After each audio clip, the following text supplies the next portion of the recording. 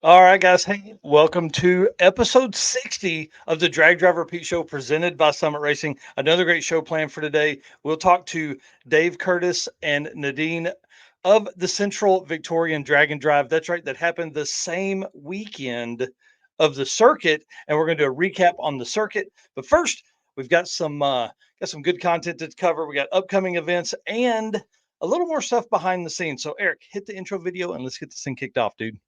All right, let's do it.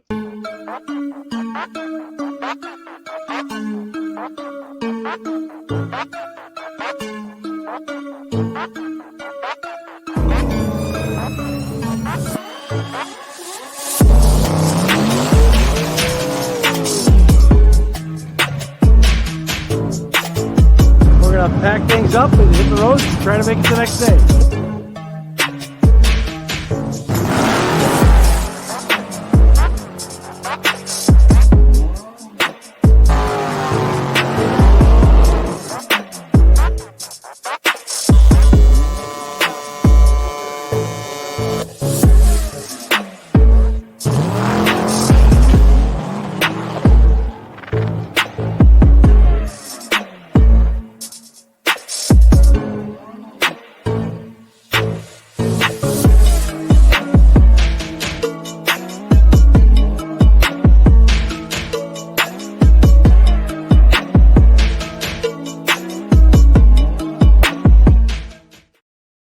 All right, guys, like I said, welcome to episode 60 of the Drag Driver Pete Show presented by Summit Racing. My name is Mike Narks. I am the host of this lovely show that you are watching here and the Drag Driver Pete News, which happens on Saturday mornings on our YouTube and Facebook channels.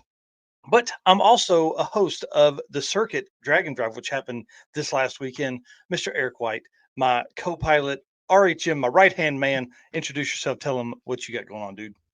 I'm Eric White, the co-host of both the news and the show. Like Mike said, helped out with the circuit, and I think maybe I can call myself like a rookie photographer now. I don't know. I would say semi-professional. I mean, dude, you're a professional. You were paid. Like that's That's kind of how that works. That's There we how that. go.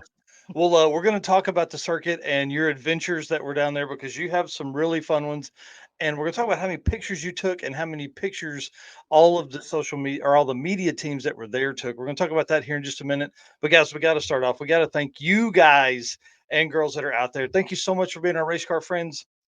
Last weekend was absolutely insane to have that many people support us from home and definitely support us on site. I mean, we're going to talk about how much money we raised here in just a little bit, and we can't do that without all of our sponsors helping cover some of these costs for this stuff. Got Summit Racing, MAHLE Motorsports, Driven Racing Oil, Car Chains 3D, Howard's Cams, Performer Built Transmissions, Sweet Patina, and Racing Junk Classifieds all help us get to all these events and cover all this stuff. And then also our newest media partner, PowerTube TV, helping us get the word out on how awesome Dragon Drive is. All right.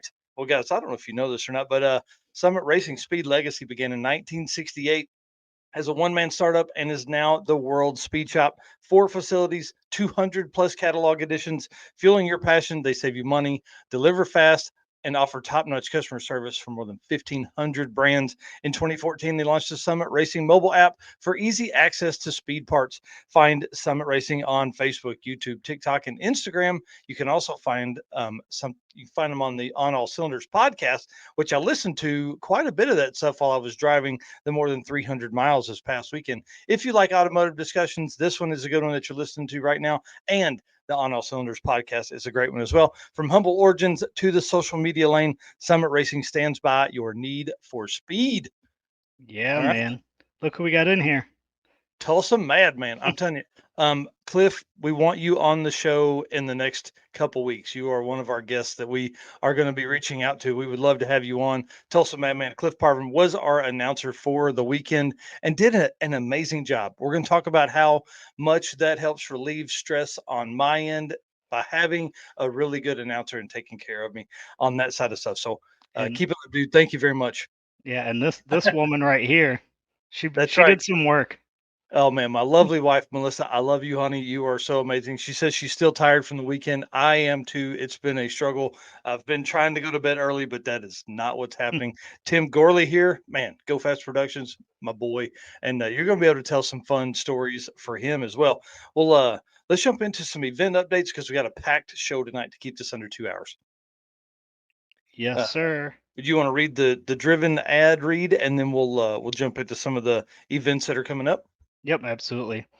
Why gamble with performance or protection when you get proven results from Driven Racing Oil? Trusted by top engine builders, winning racers, and devoted horsepower enthusiasts around the world. Driven takes legendary base oils such as the ones from Bradford, Pennsylvania, which comprise their GP1 line. Then Driven boosts that superior base with state of the art additive packages.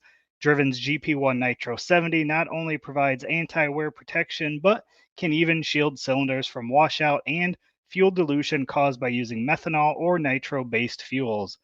Learn more about Driven Racing Oil by following them on Facebook and Instagram at Driven Racing Oil or shop now at drivenracingoil.com.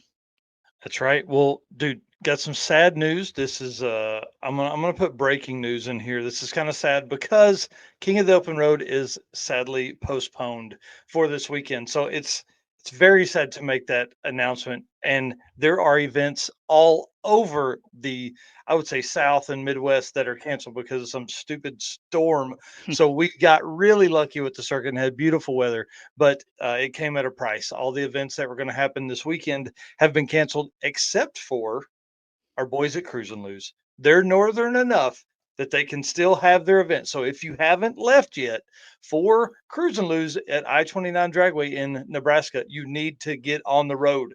Okay. You need to get out there, get ready for that event. They race Friday, Saturday, Sunday. Going to be an amazing time. And the weekend right after the circuit, I know there's got to be some circuit racers that are trying to get up there and make it a double header. Listen, do that for me, please. Support that event. They are amazing. They've sold out, but as you know, in Drag and Drive, I don't know if anybody would turn anyone away on the day of the event. If you're Right. show up and make the trip, we're going to let you make the trip down the track and all that kind of stuff. So that's sad for that news. Sad for King of the Open Road. They are postponed until August. Cruise and Lose again, still on. And another event that we haven't talked about is Texas Cruise and Chill. And I apologize about that. I think we mentioned it a couple months ago, but haven't talked about it since. And that's my fault. I'm adding it to the schedule tonight after this episode because I've also got to update all the new dates for the other events that are being postponed and moved around. So Texas Cruise and Chill going to be at Texas Motorplex and another track down there, but I can't. Extreme Raceway Park, so XRP. This should be a really good one. This is put on by a longtime drag and drive racers and is being highly helped out with by Steve McDermott Jr., who is a longtime Rocky Mountain Race Week driver.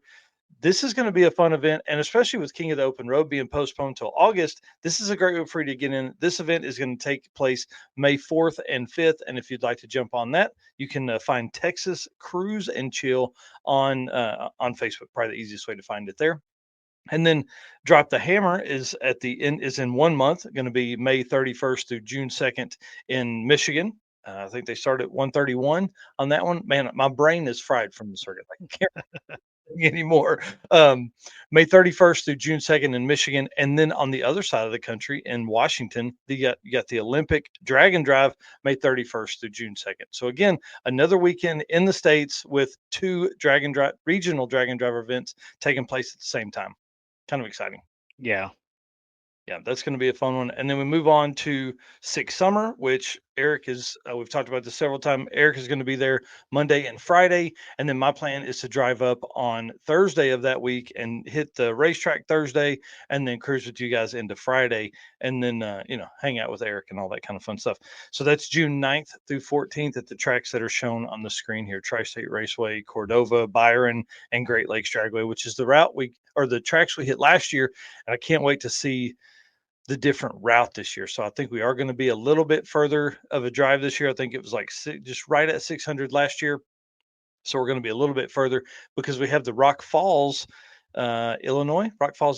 Yeah. Is that right? Yep. They're throwing a big city bash, big party for everybody that comes by. So that's really exciting. And that same week you have Alaska Speed Week, June 9th through 15th, obviously in Alaska at Alaska Speedway.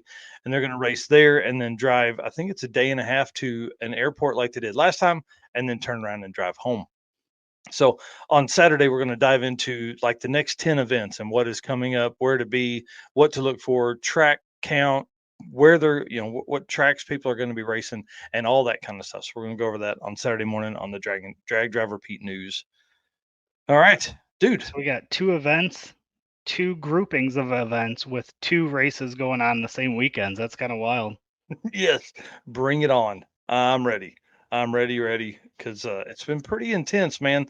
We came off of April being the absolute busiest month for drag and drive events in all of 2024 that we've seen on the schedule so far. Even like I'm sure there's going to be some stuff come up, but coming off of April and all the coverage we provided there, and then now going into a little bit of a break into May will let me kind of breathe and let you breathe, kind of take a break for a second from just hardcore coverage and let you get through some of those photos that we're going to talk about here in a minute. And then we can go from there and right back into June. So June is going to be different. It's going to be actually the busiest month with more race days than ever before because there's so many week-long events during June. So it's going to be crazy.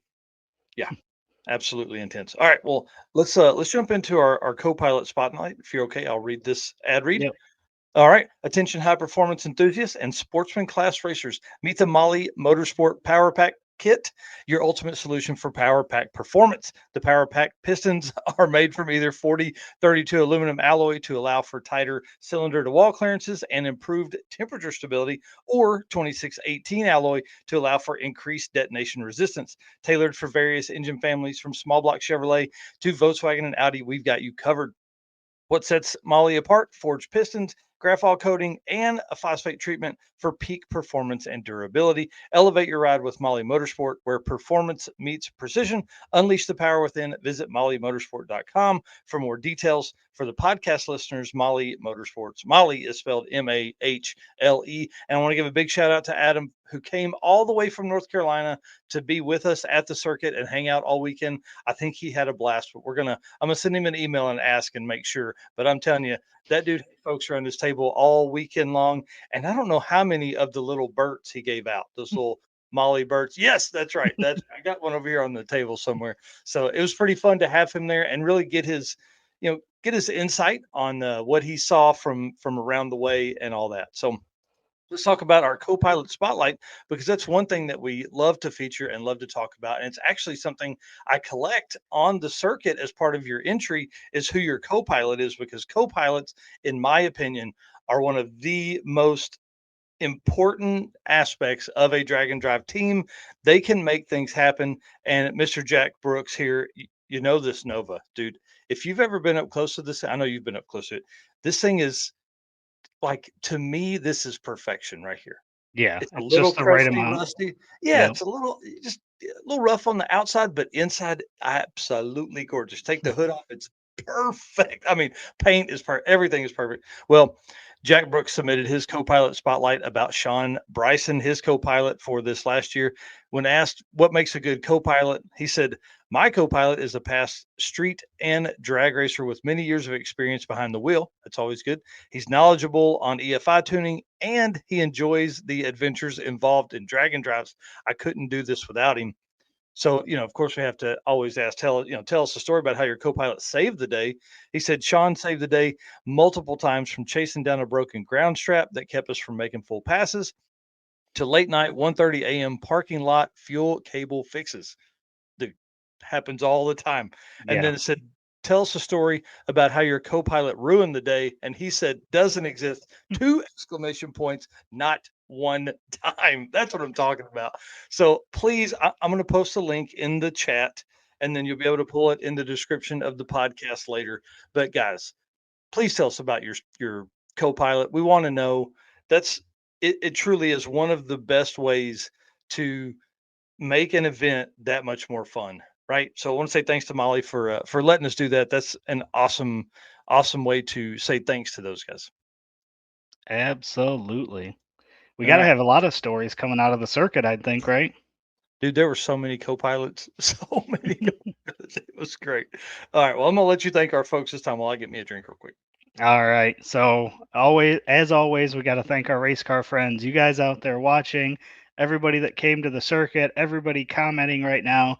Thanks to you guys. Again, you guys keep us going, doing what we love to do. And of course, thanks to our sponsors, Summit Racing, Driven Racing Oil, MAHLE Motorsports, Car Chains 3D, which we got to see at the circuit, Howard's Cams, Performabuilt Transmission, Sweet Patina, Racing Junk, and our newest media partner, PowerTube TV. That's right. That's right. Well, I think we need to get into the gentleman's agreement because it's early and we didn't prepare Dave and Nadine. We said 30 to 40 minutes to get through that stuff, but I got so excited about talking about that to get to them. So, guys, the gentleman's agreement is simply this. We love what we do. We love working hard for you guys, bringing out all the stats and stories and things like that from the Drag and Drive community, but it's not free and it takes a ton of time and a ton of money to do all this stuff. So the gentleman's agreement is we will continue to do this on our side, but we need you guys to follow or subscribe on your side. Help us grow. If you're listening to this on the podcast, please leave us a review. That helps us get into the algorithms, quote unquote, of the podcast life. So, guys, that's our gentleman's agreement. Please do your side. We'll continue to do our side. We've worked tirelessly for the last 12 days trying to make sure everything is good to go. Hey, guys, I'm Mike. And I'm Eric. And y'all listen, we want to do something special for you podcast listeners. Just want to say a way for us to say thank you for supporting us over here on this side. So Eric, tell them what we're going to do, bud. Yep. So the first 3 people to send us an email at dragdriverepeat@gmail.com with your name and shipping address, we are going to send you out a special package to thank you for listening to our podcast. Yep, guys, I want to say thanks again. We'll see you soon. Let's get back to the show. Now, a couple things. Let's talk about Central Victorian Drag and Drive. One of the funnest parts about being a promoter on this side is now that we have so many of these, I hope that we're going to begin to see some trash talking competition between the events. It's always been, as promoters, we've always been come to mind. I'm not going to say we don't care about other events, but I mean, there's no one that's going to be at the Central Victorian Drag and Drive that's going to ship their car to the Circuit Drag and Drive. Yeah. Because it's on the other side of the planet. Like literally this right here behind me and right up here. That's where those two are. Okay. This team works diligently, very, very hard all the time. Dave works, I would probably say, harder than we do on making sure his event is great, making sure that the racers have a good time. So we have them on tonight to talk about all of that and kind of how that came about, one, and then how, like, what this last event was. And then, of course, we had to throw a little competition between them. So we had to look at they have a 650 index. We also have a 650 index. So we're going to compare some notes and see, is America faster or is Australia faster to 650? So let's bring them on. Dave and Nadine. Nadine is the daughter, of course. She's helping. I can't imagine with all the stuff that you get roped into. But guys, I want you to introduce yourself and kind of tell a little bit of history about the Central Victorian Drag and Drive.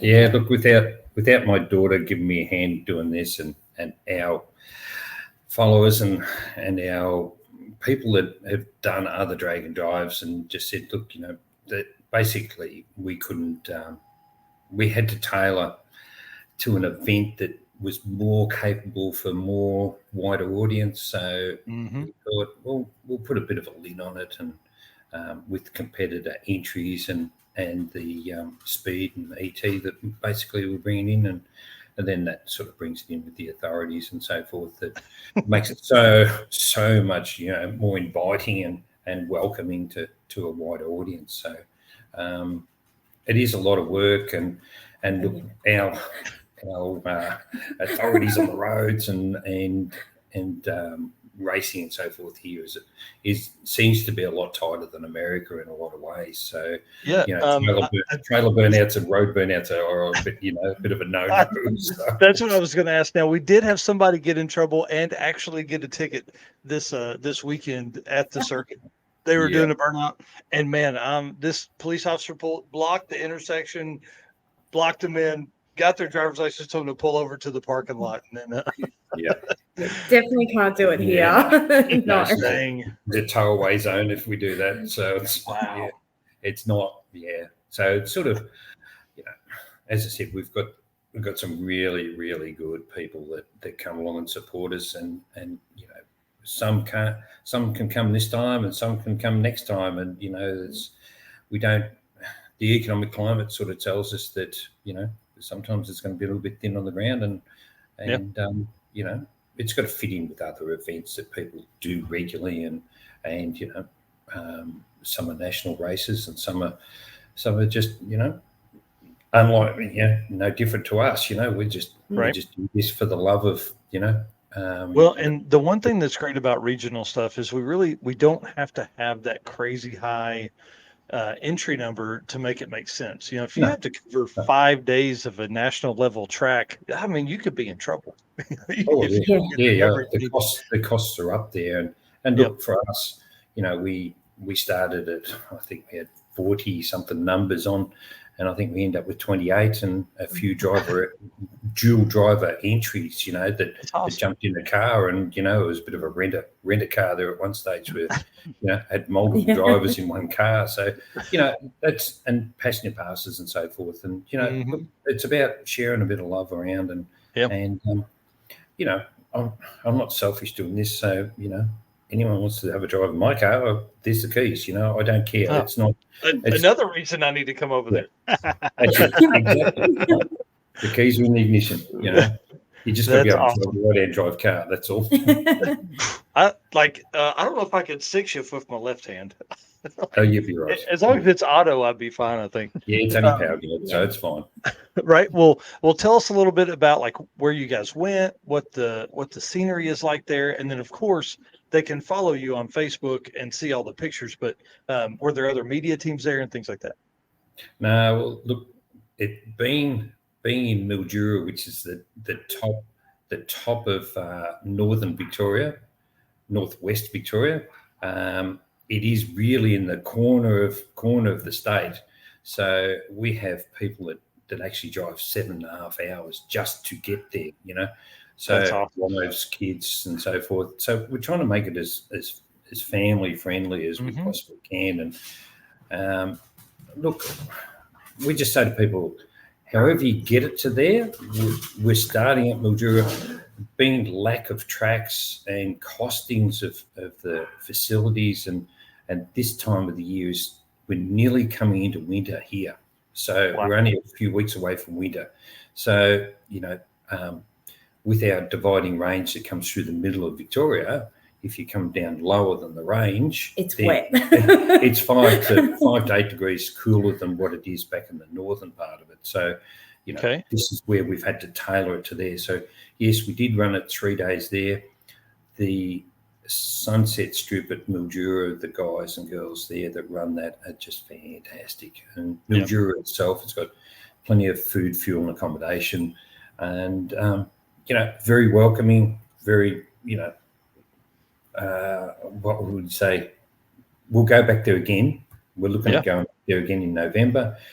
The drive we did, as I said, people, until we work out how to teleport to get there, we've got to drive there anyway. So, so we've done a drive on the Friday afternoon out and around Mildura, where, it was a bit of a course where it was a bit of an observation course and so forth. And it was about an hour and a half, 2 hours sort of thing. But it allowed people to see a little bit of Mildura that they don't normally see. They come and race and go, that's it, they're gone at night sort of thing.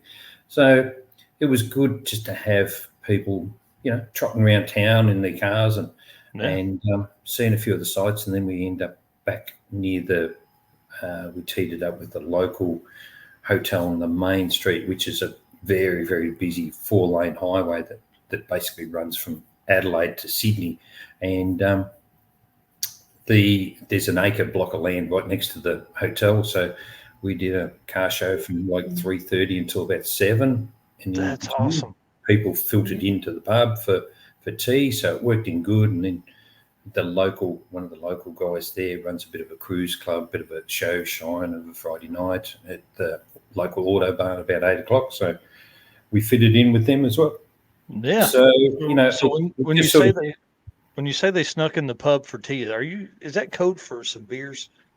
Oh yeah, there was a few beers, but look, the thing is, you just got to be, you know, aware that we're not promoting, you know, drink driving, but it working with the hotel they just said, you know, we'll book this part out for you guys, and you know, you having your car show, and there'll be people in and out, so filter, you know, 20, 30 people at a time in and out, and everyone will get a feed, and they said, you know, the kitchen will close at 9 o'clock, so you know, you're welcome to keep ordering up until then. So, but you know, as I said, it works, you know, with, you know, to align planets, you know, it is a good work with it, but behind the scenes, it's good. You know, there's a lot of people who bring a co-pilot that they've had like 35 years, like George, and he has Sin, who he's had right through from the start, and he's there every time that he races, and so they've always got someone there if they do have a beer or, you know, changes tires for him, you know, sets his car up at the start line, things like that. And, you know, a couple of drivers have said, you know, if someone actually wants to have a go at racing, that's okay. As long as you've got a license, you're all signed up, have a go at racing. Myself, this time, I raced for the first time. It's not like everyone else can have fun. Well, it's my turn too. So I jumped behind the wheel. So you know, it's chill enough that the first time I can have a go. Someone with not the fastest car can have a go, and there's no pressure about swinging it. You know, I've got the best car. It's very approachable. It's family friendly. It is good. I'm enjoying being a part of it. So that's awesome. Yeah, let's talk about the schedule that you guys run. So, you know, there's a lot of events here in the States that do morning racing. We actually did 11 to 5, which I thought worked really well for our short drives. And then like Rocky Mountain Race Week races at night. What's the schedule like for your event? Well, Thursday, we tried to be accommodating with people where they said, you know, look, having a Thursday, Friday, Saturday event, how about we start at 2 in the afternoon on the Thursday? That meant that people could travel there. Some had left Wednesday night and they'd got halfway, like you know, people who traveled 7.5 hours or better, and they got halfway, and then we left Ballarat here and travelled 2 hours and met them on the main highway. That's so great. There was like a dozen cars sort of cruising up from there. So it's only 3 hours from there to Mildura. So it was really good. We picked up a few along the way, and it just works, you know. When we were there by you know, midday at the most, and we set up and basically did our driver's brief and checked out the track, because we look after everything from the front of the staging lanes backwards, and Mildura guys look after everything from the burnout box forward. So we don't worry about we dry hire the track as such, and they bring the fire and the ambulance and their track crew.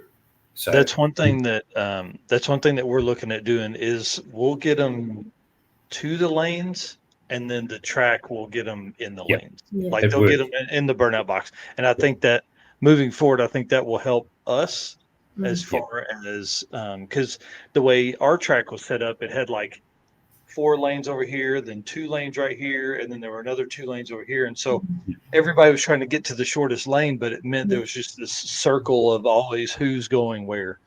We just organise. We have Adam in our staging lanes, and Amanda works for the track itself. So she's there as a volunteer. So she works on the headphones to the guys on the start line. So she's the liaison from our guy Adam in the staging lanes that keeps them lined up. So it just works. I don't get in there. It's just, as I said, we bring our own insurance and licensing to the track, and it makes it easy for them. Then there's no paperwork for those guys. You know, we handle all of that part of it, and try and make it easier for them and the racers, and have that sort of laid out and go, you're ready to go. So look, we just try and simplify it. There's no way I'm saying that we're dumbing it down, because we're not. We're just taking the hit on And on the it's hard it's stuff. still a lot of work. Like, don't get me wrong, behind the scenes, like paperwork. I've never seen so much paperwork in my life. That's Well, like a let me meeting. let me give you a rundown of our side. The computer that we typically use to input time slips, I was using to live feed. So my wife was having to manually write down ET slips, and then we were having to type them in later. Like, Nah. No, do not recommend that. Do not No. recommend. We'll It see. was brutal. Mildura actually, if we ask them to, they actually print out a Yeah. full list of every I got run that. from start to Yeah. finish. Yeah, but then you're doing the work on your side, and that doesn't make any sense. You want the racer to give you that time that they want to turn in. We've got the time slips. You know, Yeah. they give us the time slip that we ask them for. You know, Yeah. like at the end of the Yep. end of the first day, because the first day we just called it test and tuning day. Yeah. Oh, gotcha. Okay. So we'll put, you know, when they come in, you know, and they present themselves to race for the first day, you know, they'll have a window banner and a car number, and roughly which bracket do you want to be in at the start. Mm. So then we'll put a shoe text on the window. So then we'll keep them moving in formation. So 650, 70, 750, 850, dial your own brackets. Mm. And then everyone gets 3 passes each, time permitting. They get a few more. They get a few more. If someone wants to do passenger passes, we do a passenger in there with a solo pass, and there might be some grudgies, and that gives people a little bit of cool down, a little bit of just go to the toilet, have a drink, have something to eat, chat to the others that are around the pitch, and just casually check over their car and make sure things are right. We're not forcing people to have 10 passes each day. Right. But some just do a pass and then they'll sit it out, and then an hour and a half later they'll come back and have another pass. So you have your set up like a class call, like you'll call. Yeah. Okay. So if you're a spectator on the hill, or last time I checked, there's only 2 people on the track. So everyone else, racers, spectators, we're all spectators. Mm-hmm. So if you can stand back and follow and go, oh, 650 brackets out, I'm in the 850. So that gives me 10 minutes or 15 minutes to go and have, prepare myself and make sure everything's in the car and things. So that's what it's about. So it's clarification and transparency for those that. Yeah, we did no class calls, and I don't think we'll do that anymore. It was it's too hard to keep up with because everybody wants to make a pass all day. We had a lady named Casey Farrell. She made 10 passes on Friday and Saturday both. Something like burning up. Nico Christoferi made 27 passes on Saturday. That's right. We had a couple there. One guy did 31, and another one did 35. So, jeez, that's awesome. He wanted his time, and he got it. Yeah. That was a brand new engine. Only last week he put in. So it ain't brand new no more. No, it's got a season worth of passes on it. Well, let's stay on the schedule for a second. So, what times did you race Friday, and then what times did you race Saturday? So Friday we started a little bit later, but it was still morning. So we started them out at about 10 o'clock in the morning. Nice. And then raced them out until the 1:30 time frame, because we had that car trial. So, where the guys went out and drove around and found sort of things that they were looking around Mildura for, and that went for about an hour or so, or whatever it ended up being, didn't it? Hour and a half. Yeah, we rolled into the pub, and that was good. We were sort of the last ones. I drove. Dad had a few cans, so I drove to the end. And that was good. Then we had the car show and shine. And then Saturday, what time did we start Saturday? It was still early, wasn't it? Yeah, it was about 10. It was about 10 as well. So they weren't super early starts, but they were definitely earlier than the Thursday. Yeah. Because we're at the same track, and, it just gives everyone a little bit of breathing space in the morning, and us and, the cooler mornings, for them to do a little bit of track prep, because there was a little bit of moisture on the Friday morning, a little bit late start. So see, we fill those with breakfast. Big breakfast all weekend. We did have good breakfast though. We smashed out a really good breakfast before we went out on Saturday morning, because we were just like eyes hanging out the head. Like we're like, if we're gonna pull this day, we're done. Like it was good. Because Saturday's a big day. So we run Saturday from 10 till about 1:30 thereabouts, and then we call it there for about half an hour and say, look, now it's the last 3 days culminating there, right? And then we do a shootout in the afternoon after that. So everyone comes in with a car number, their car number and a fixed dial-in. Yeah. So your dial-in, you cannot change. So it's just a straight knockout. So everyone lines up. So the racers set their dial-in or their averages? Yeah. No, They the racers set their dial-in.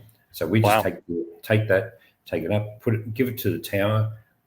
They enter it, and they just put it in as a staggered tree. So whoever lines up with whoever, it doesn't matter. It's still die run. So it's just a straight knockout from there. So if you're out, you're out. Go and park it up. If you're in, go and pull it back into the lanes, because we only had 16, 17, 18 cars or something that went in it. So, it doesn't take long to run them around. So, 20 minutes, half an hour, you sort of had it done. And then by the time you run some passenger passes and some grudgies, and some people who still wanted to run a decent, want to go out there and open the wings up a little bit and, down to a 6.0 sort of thing. And, we just let them go because we do have a permit for like 125 mile an hour on the 8th. Gotcha. So that gives us a bit of a safety window from, say 580 to a 650. So that's pretty interesting, because our insurance stuff didn't ask for like how fast people would be going. Yeah. They were just like, you're drag racing, here you go. Yeah. The world is different over here. Yeah, it's a little bit different here. Yeah. It's crazy. Look, on the whole, as I said, there's a few things we're going to, just to be politically correct, I suppose. And look, I think our competitors and our participants and our, people that come and enter with us, I think they appreciate our event for what it is and how we run. I'd like to say it's probably a tight ship, but it's it's firm, fair, and friendly, I suppose. And I like that, firm, fair, and friendly. That's that's a good way to put it. But you only need a couple of bad eggs or one bad egg even to bring your event down. And look, it tars everything with the one brush then. And look, we don't have a lot of events here, and we don't have a lot of tracks, so we just got to be careful, that one bit of bad, rap goes, speaks volumes for across the board.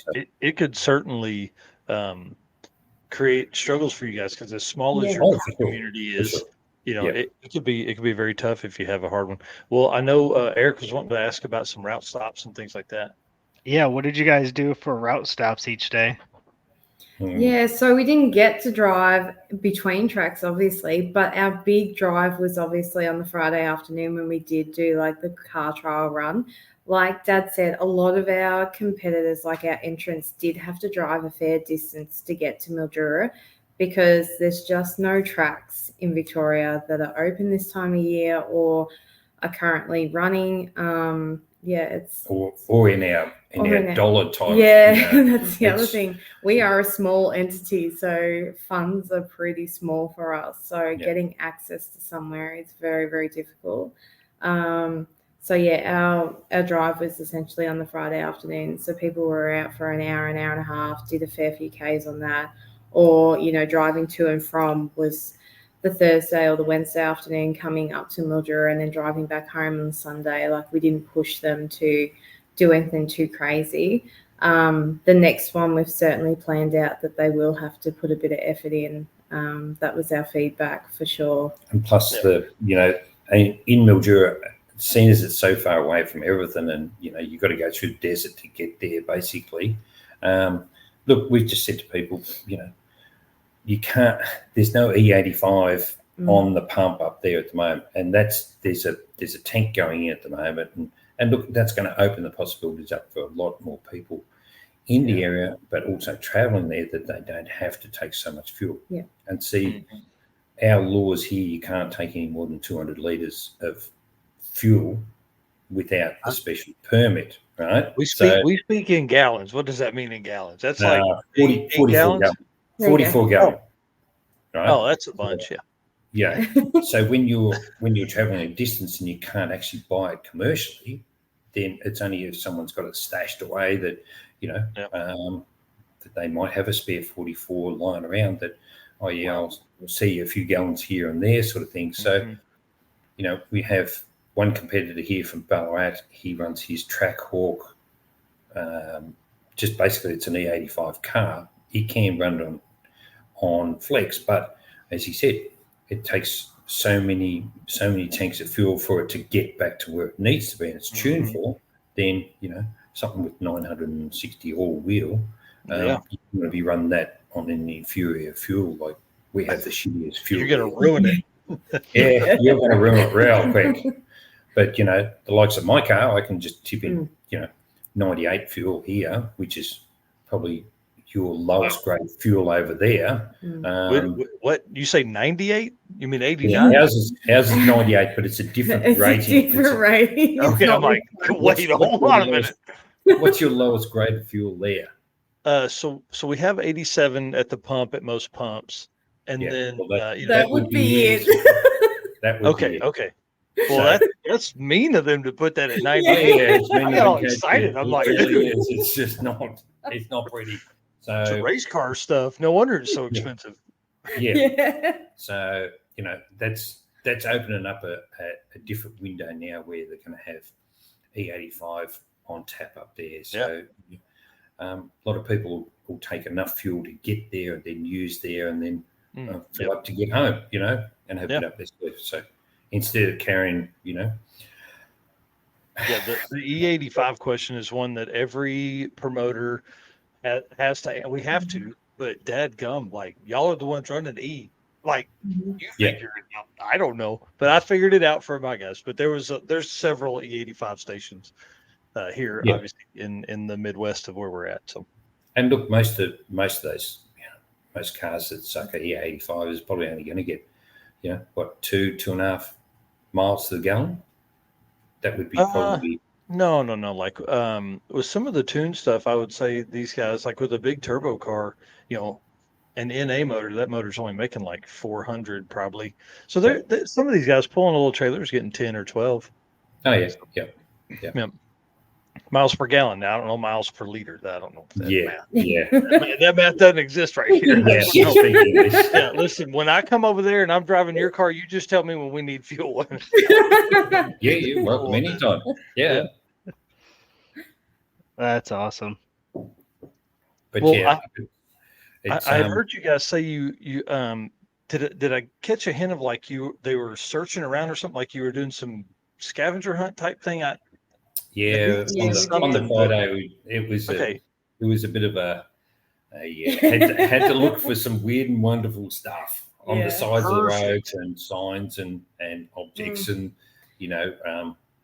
it was good and the guy that set it up for us is actually our commentator, and he actually goes over to Dragway 42 and does commentating over there. So he actually gets an invite to go over there, and he has a lot of contacts, I say, over there. That's awesome. Yeah, so he can talk under 10 foot of wet concrete. He's good. Yeah, that's the way those announcer guys can. They can talk in circles, and you're enjoying all of it.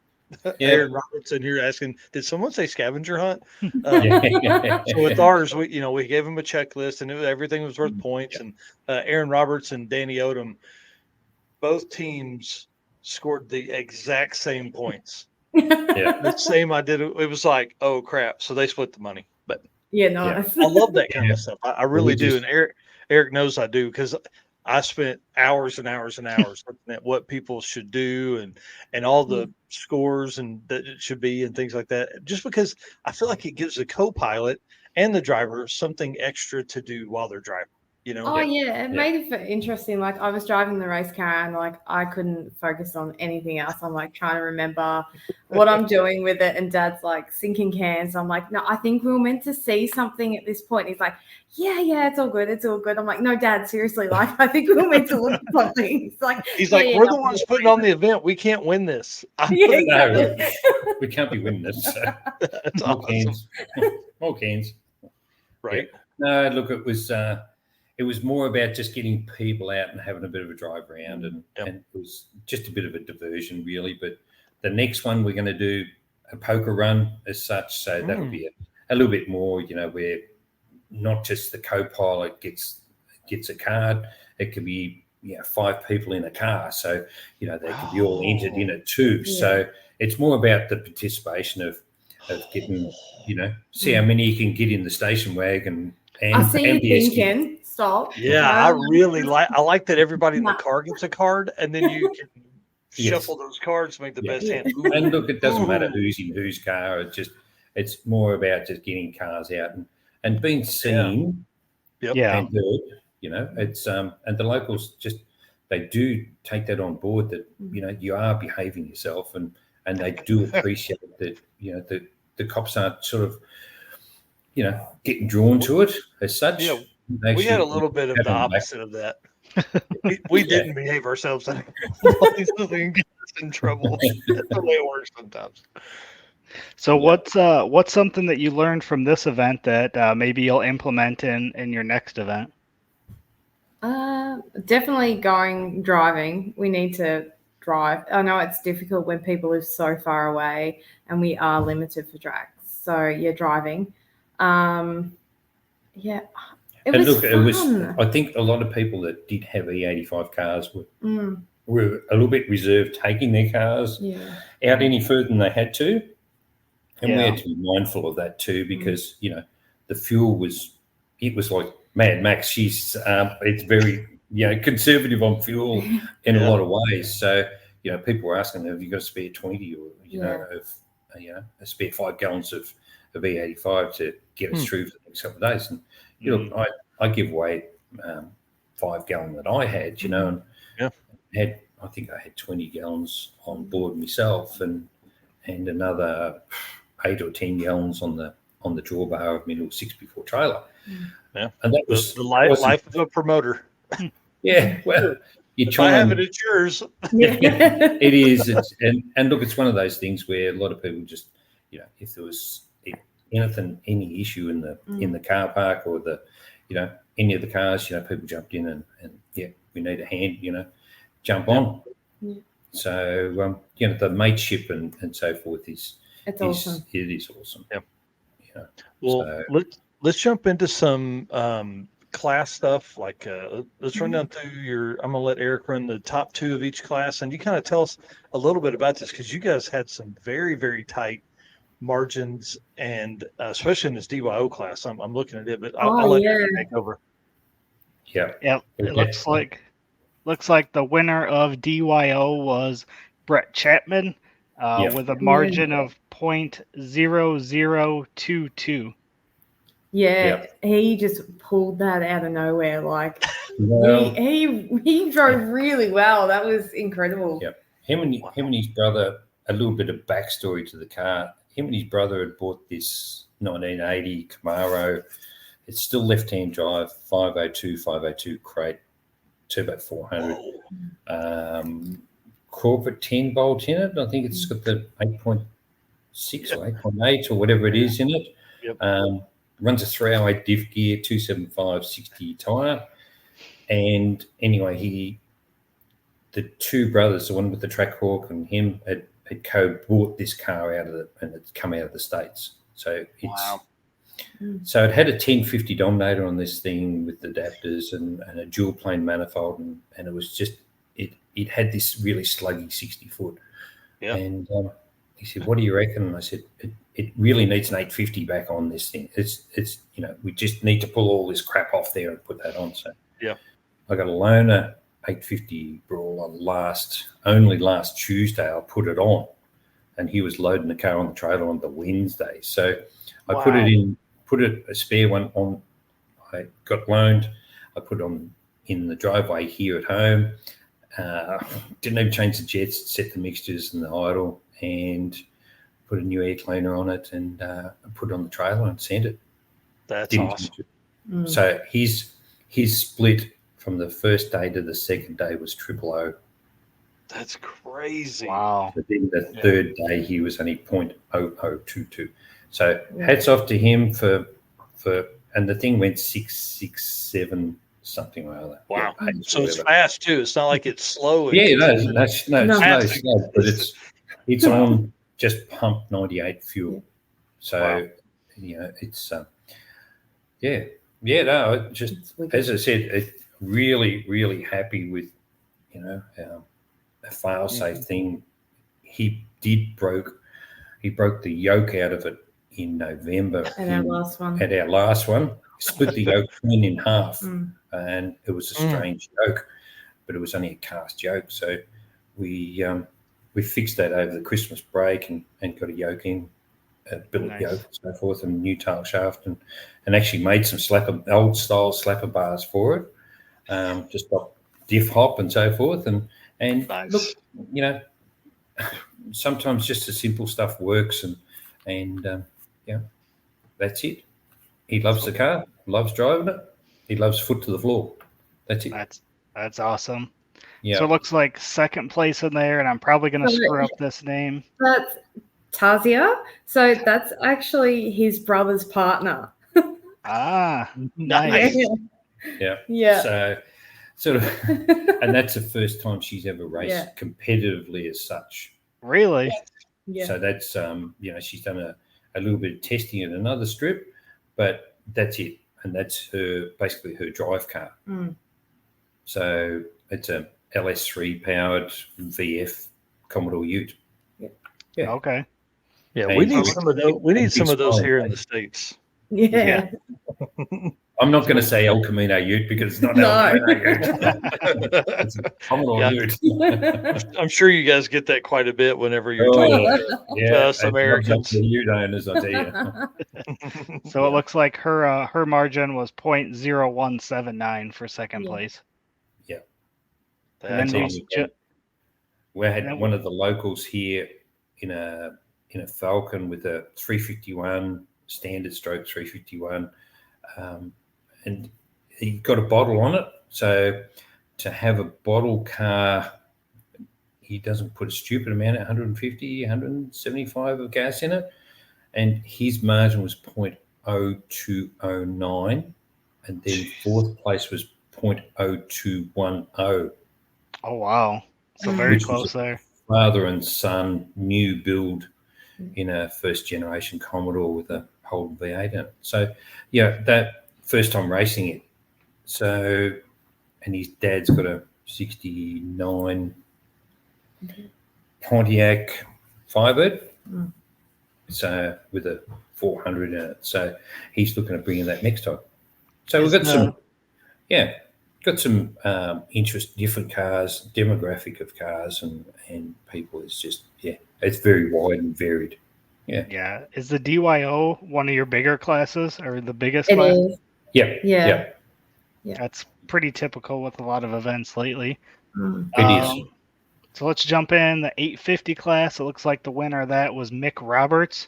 So it looks like you guys do total time then? Yeah. Yeah, we do the added time each day. So someone submits a card, and then they've got to put their lowest card to that 850. They can't give me an 8499. You're going to give me an 850 or slower. So this is where it gets tight. Yeah, their total time was 25.594, and Mike went ahead and did the math there. That's a 8.5313 average. That's it. That's pretty stuffy. It's very tight. Nadine can tell you a little bit more about that. So Mick's car is an XC Ford, isn't it? XC Ford, so it's a 78, I think it is. Yeah, it's named the Whale because it is a big wagon. I actually raced this one. So I can't pull a time like that. The quickest I went was a 9.4 second pass on the 8th mile, which Wow. wasn't too bad because the first time I ever raced it was 13.8 seconds. So it was quite an improvement. Mick absolutely loves his whale. And he was wrapped with his time. So pretty consistent with his times right through. Yeah. So it's a 351 factory car, 351 FMX, column auto, disc brake 9-inch, two-way tailgate, long roof. No power steering. Yeah, look, that's normal for a race car over here. I've never driven anything without power steering, so that's because, and it's bench seats that don't move forward, and I'm really tiny, so like I need pillows and everything to try and reach. That's Nice. awesome. So it looks like second place in the 850 was Joe. What is that? Camilleri? Camilleri, yeah. So that was his essential daily driver. That was his Plan C car. Plan C car. So usually he has 2 other cars that he'll come and race in, but they're in pieces at the moment. So he just brought this one along. He wasn't going to race, but he clearly Can't help himself. Can't help himself. No. Yeah, if you're on Plan C, you're my kind of dude. Yeah. He brought his mate with him, and he just said, his mate said, I don't know what I'm going to do all week because he's not going to race. And next minute he come over, I want the number. I want the number. I'm here. So he ends up in second place. Yeah. But normally he's in the 650 bracket, slowing his car down because he has a BA Falcon with well over 1,000 horsepower, Barra 4-litre in it, and which is he's doing a D-stroker for it at the moment, a 3.8 D-stroker, and a Territory, all-wheel drive Territory, which is the same platform as a BA Falcon sedan, but it's in a wagon and it's a all-wheel drive, and it makes probably another 500 more horsepower than his sedan. So, the fair weapons. Rowdy.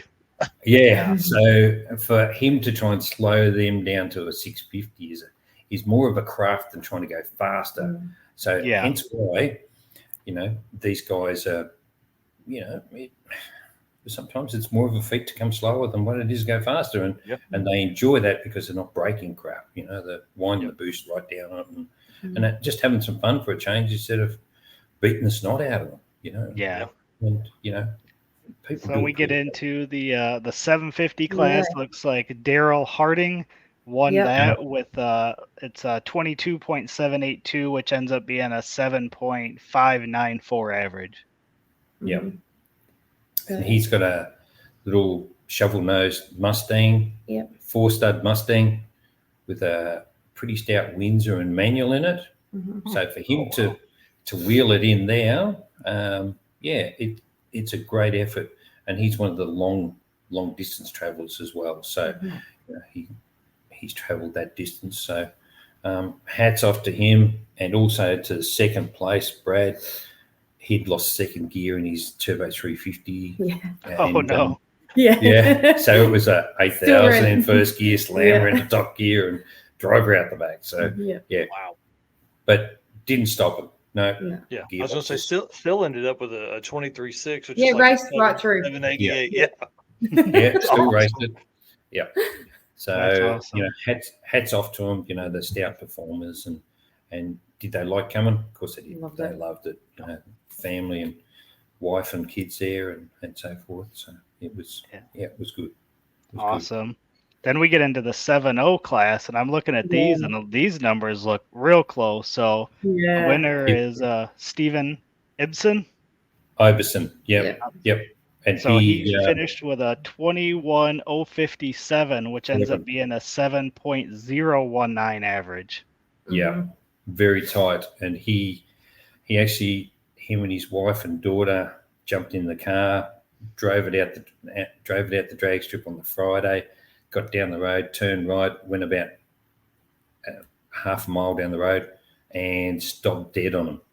It just stopped dead. The blower locked up on it.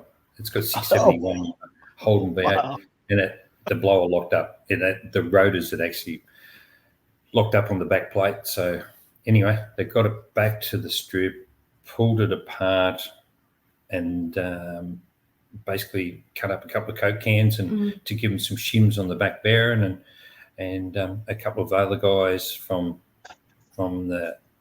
that were actually out with a breakage, give him a hand to put it together, and got it going for the Saturday, and he knocked How cool. his number out. So yeah, that's the mateship that these guys are. Yeah, that's incredible to finish with a 701 then after that. Yeah. Yeah.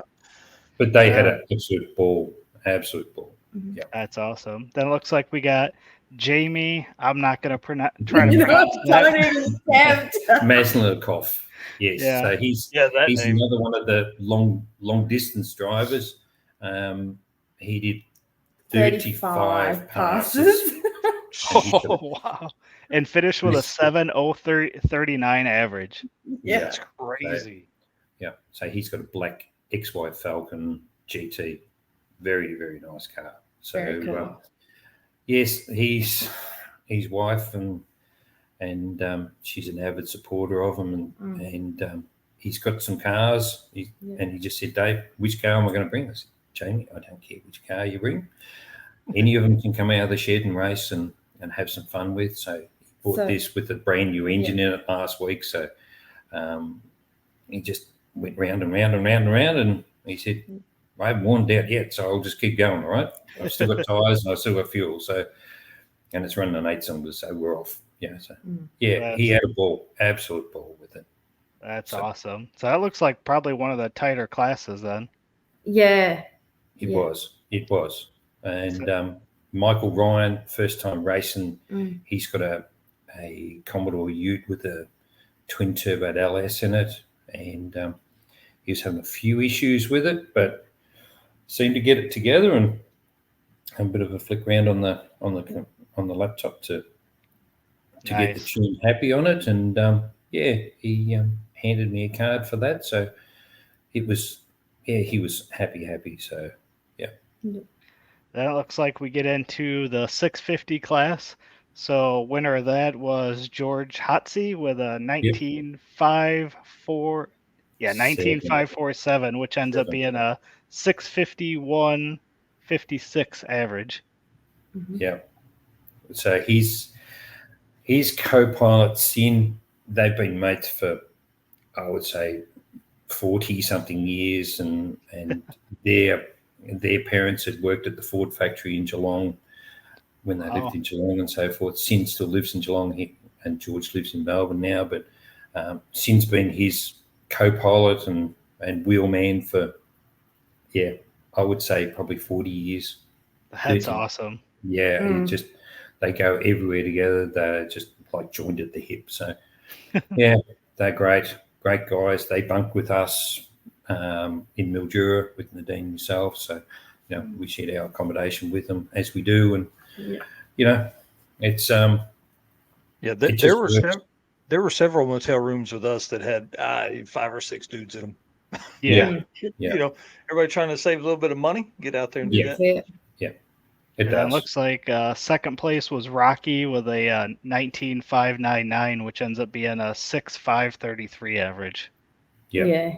And Rocky's a local in Mildura, and he's got a black Senator.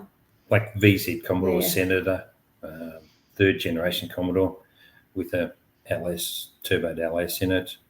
And he just said, Dave, he said, I like your format. He said, I've turned it down a bit to get it to here, but he said, did we have fun? Of course we had fun. He said, I want to do the next one. He said, I like your format. And I said, look, the next one we'll probably open it up to a 6.0 as well. We'll slip in a 6.0.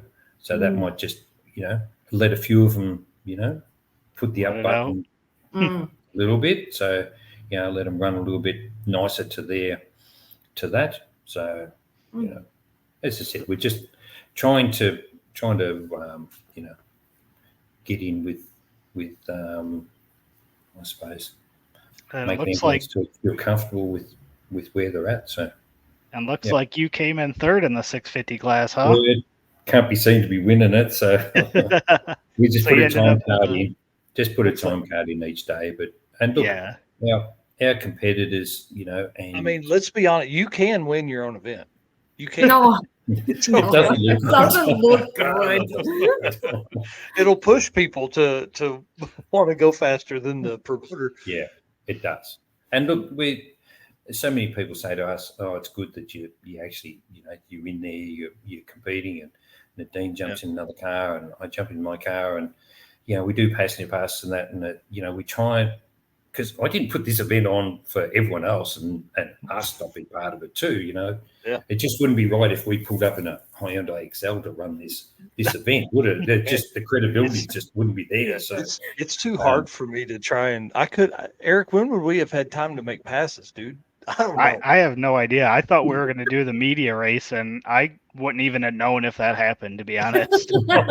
It's crazy. No, Yeah, so congratulations, you guys. That's the next level of something I don't want to attempt anymore. Oh no, our competitors actually want us to be a part of it too. Yeah. So, which is awesome. good, you know, and look, we feel a part of it because that's what I set it up for. I don't want it to be that stupidly big that we can't be a part of it and we just absolutely run off our feet. Don't get me wrong, we are busy, but you know, we have Christian. Christian gives us a hand, which is another mate that he does data collection and so forth. He works for a telco here in Australia, and he is a busy man outside of doing this. So he comes along to have a bit of a holiday, crunching some numbers with us, and while we're out, you know, on the strip or doing, you know, checking out around the pits and checking on people, then he can be taking data and he loves doing it. So, you know, hats off to Christian. Without him, you know, being there as well, you know, it would make it super hard. But we do this with four of us. You know, there's only four of us that actually put this together and do it. And then I have Alan on the microphone. So, you know, nice. But you know, our helpers, everyone out in the pits, because they are so great to work with, and you know, we're not herding cats here. You know, we're you know, these guys are not. You don't have to hold them by the hand. You know. That's good. You do your driver's brief each morning, and you're not drilling stuff into them that they already know. It's common sense stuff, and these people, you know, understand common sense. I know that's a little bit hard this day and age, but I was going to keep my mouth shut. I was waiting for it. So then but it looks like I have Amanda that does our just at the start of our staging lanes and that, and I'll throw that over to her, and she might bring up a couple of things that she would like, you know, implement into our driver's brief each morning. And then add them in our staging lanes, and he'll just do the basic, you know, reiterate that, you know, the right-hand lane has right away and left-hand lane has to give way, and you know, while you're in the staging lanes, give the third lane for emergency vehicles if need be, and you know, just keep it orderly. You know, there's nothing hard about it, but if you reiterate it, people are on the same page, and you know that we're going out in our ET brackets, so. You know, it looks a bit more professional for those that, you know, you're following it, you know, and it's a meeting that you'd like to sit there and go, oh, okay, you know, that's how it works, and you know, this is where we're at. So, yeah, awesome. Keep it simple enough that people follow and. Yeah. Oh, did they lock up? Fussed with them, you know. We try and take the hard stuff out. Yep. And it looks like the last one here is. Yep, the last one here is the shootout. Looks like that was Lee Roberts that won that. Yeah, in a Belvedere Plymouth. He'd never raced before. What? 59 two-door in hothouse green, metallic hothouse green. Yeah, I saw the picture of that. It was pretty cool looking. That's awesome. He did a swap. He had a F350 Ford truck, a workhorse truck, and anyway, he wanted to sell it because it was just surplus to his needs. And anyway, tried, and anyway, he put it on Marketplace and said, "May swap for something cool or old school, or you know." So anyway, that's what he got. I contacted him, and they did a deal, and he only got that a couple of months ago. That car. Wow. So what he's a cool only car just started driving it around, and he said this thing's got some balls. He goes, like, he said, I think I might bring that. So his brother is Mick with the XC wagon. So so between them, there was a bit of banter going on. And anyway, Mick got to drive the Plymouth at one stage, and then his brother turned around and won the shootout in it. So That's cool. It is cool. So I think we've got him hooked for life now. Oh yeah, for sure. Yeah. Well, let's switch it up, because I think one of the biggest reasons you guys are on here is the little bit of competition between the U.S. versus Australia here for the 650 index bragging rights is what we'll call this. So what I would like to do, and I don't know if you have them ready or not, but the racer with the best 3 650 passes or above, which I think we know who's that's going to be on your side. We want to pit them against this best 650 class racer on our side, right? So we've only got the cards that they've submitted us at the moment. And that's the way we did ours, was stuff from folks that people submitted. So our 650 index, which was absolutely insane, I got bullied into doing it, to be honest, at PRI by some other racers that were attending the event and PRI. We were all sitting around the table having a couple cans, and kind of got pushed into it by Joel Clark. I'm going to give him a big shout out. Joel Clark, David Keaton Maxon, Lance Drager, and Corey Nicholson, our Car Change 3D sponsor. They were all kind of like, I think it'd be great. And I was like, man, I don't want to add another class, but you know what? Let's go. Let's add it. So Lance dug in his pocket and dug out $500. So if you guys will reveal who your winner is, I'll reveal who our winner is, and we'll see if who wins the overall. Rocky Caminiti, he went a 6501 at 115.17. What? Wow. So turbo car, she got some mile an hour, see? So well, and I was looking for, I think I was thinking average on this. So like, that racer would put in their 3 passes for the weekend, right? So I was thinking your guy would probably be George Hotsey. George's. Yes. 6.5156 average is what I have on my side, but just doing the math. Yeah. Well, I got to tell you guys, I got to tell everybody at home, everybody watching and listening to this later, USA wins bragging rights for 2024. Now, we're going to do this again in 2025. The Dustin Peterson, who won our class, obviously, but he put up, day 1, he put up a 6.527. Day 2 put up a 6.5014. And then day 3 at a completely different track put up 0.5073. So for a total of 19.5357. So really just a hundredth faster than what you guys did, which is intent. That's so close. Yeah, it gave him a 3-pass average of a 6.5119. But listen to this. This is where it gets really, really cool. Abby Larson, who is our other, she came in second. She put up a 6.5035 day 1. Day 2 puts up a 6.5062, and then day 3 puts up a 6.5264 for a total of 19.5361. Literally 4 10,000 slower than Dustin for an average of a 6.512 average. So, that's insane. What's that? Let's see, 10 thousandths slow average. Crazy. And for street cars to have so tighter margins, even those us away here, let alone use guys that are statisticians that have studied numbers and numbers and numbers. So, I got all nerdy with that one. I was like, oh, that's you didn't think it was going to be that close, did you? No, man, that's crazy. Some honorable mentions from our event. Jared Aspergen came. He was like, I'm telling you, one of the earliest passes in this class, and it was 6.500. He came like running over.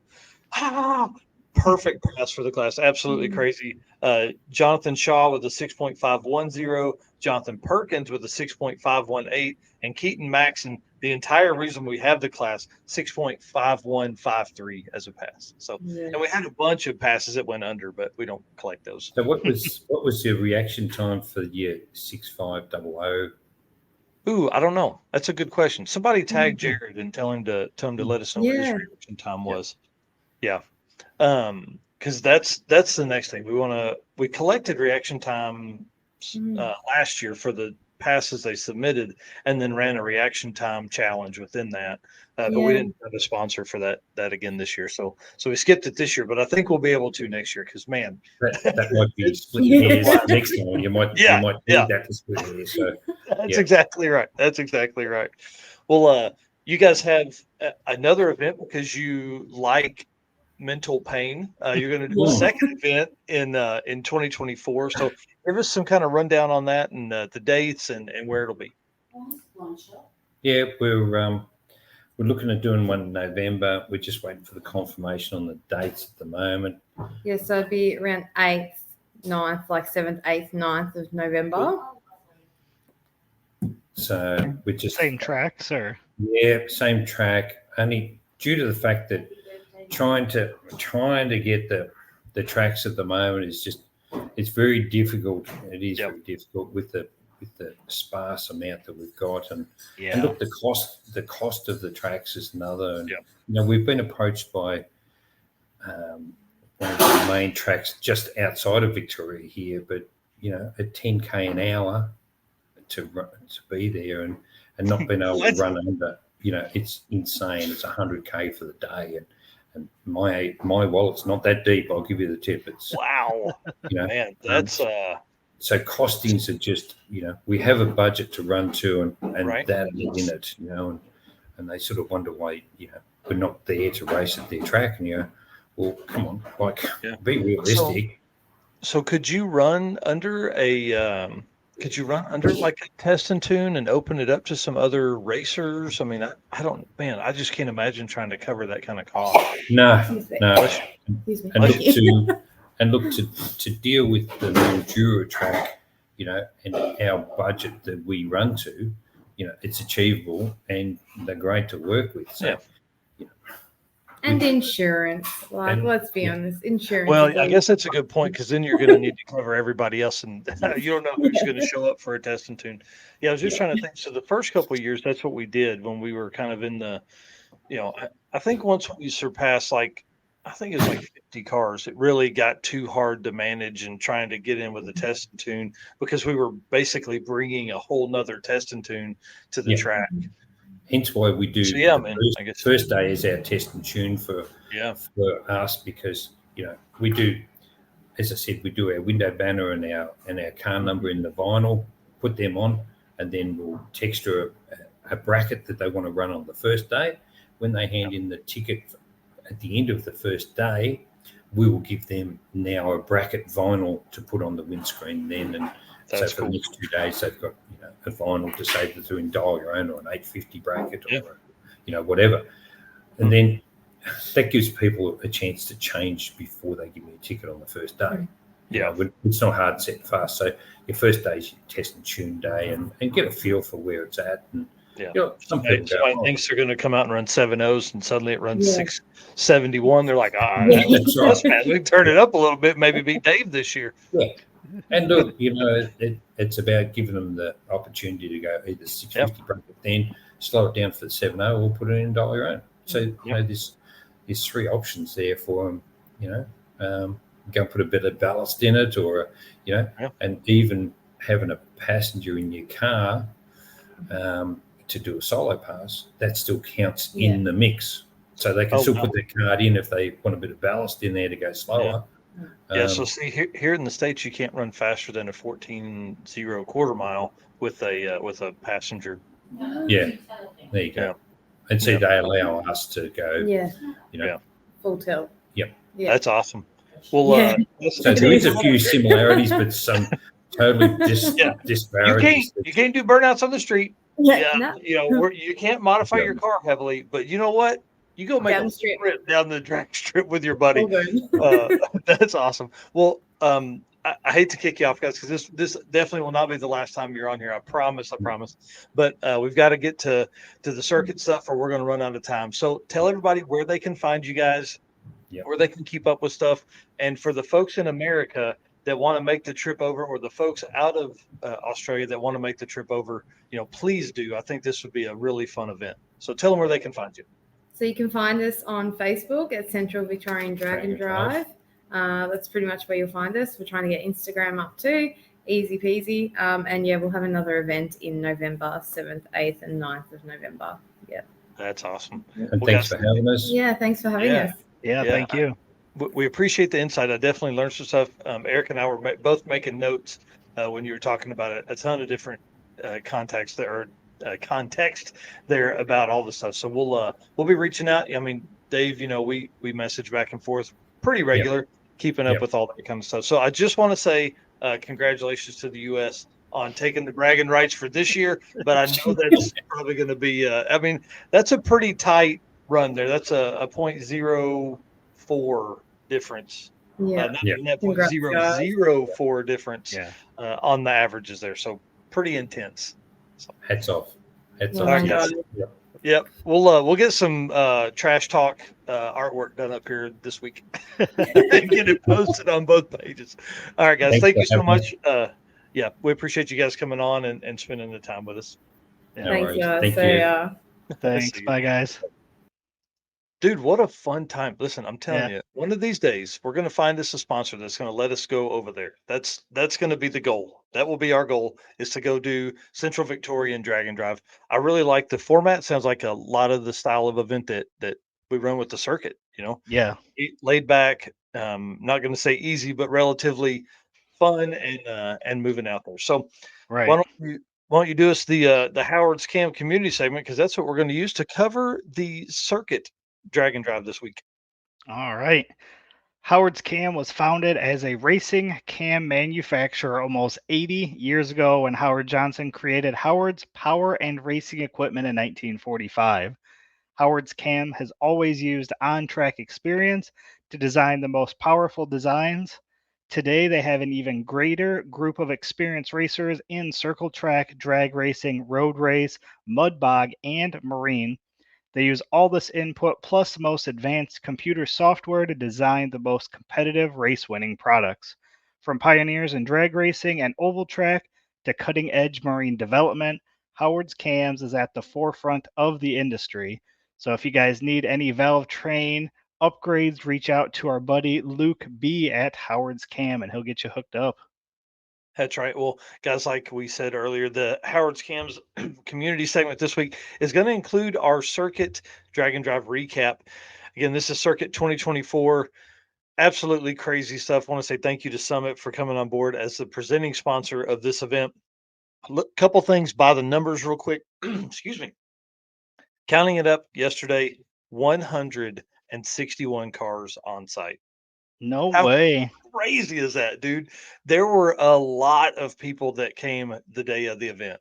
Now, technically, we probably shouldn't have let that many in because we had talked about 150 car limit. But I mean, dude, again, I can't turn people away if they're going to come out and participate. They're going to get there. And now that's by how many people physically made a pass on day one, which leads me into the next setup, right? Let's go over passes for the weekend. This gets a little nerdy. I apologize, but I promise we're going to be the fun stuff in a minute. Day one passes. You want to take a guess? No, you can't because you've already seen it. Yeah, I was going to say, I already know. Yeah, I don't know. 437 passes made on day one. That's crazy. Day two was 308, and day three was 389 passes in 4 hours of time. 4 hours, 389 passes. Absolutely crazy.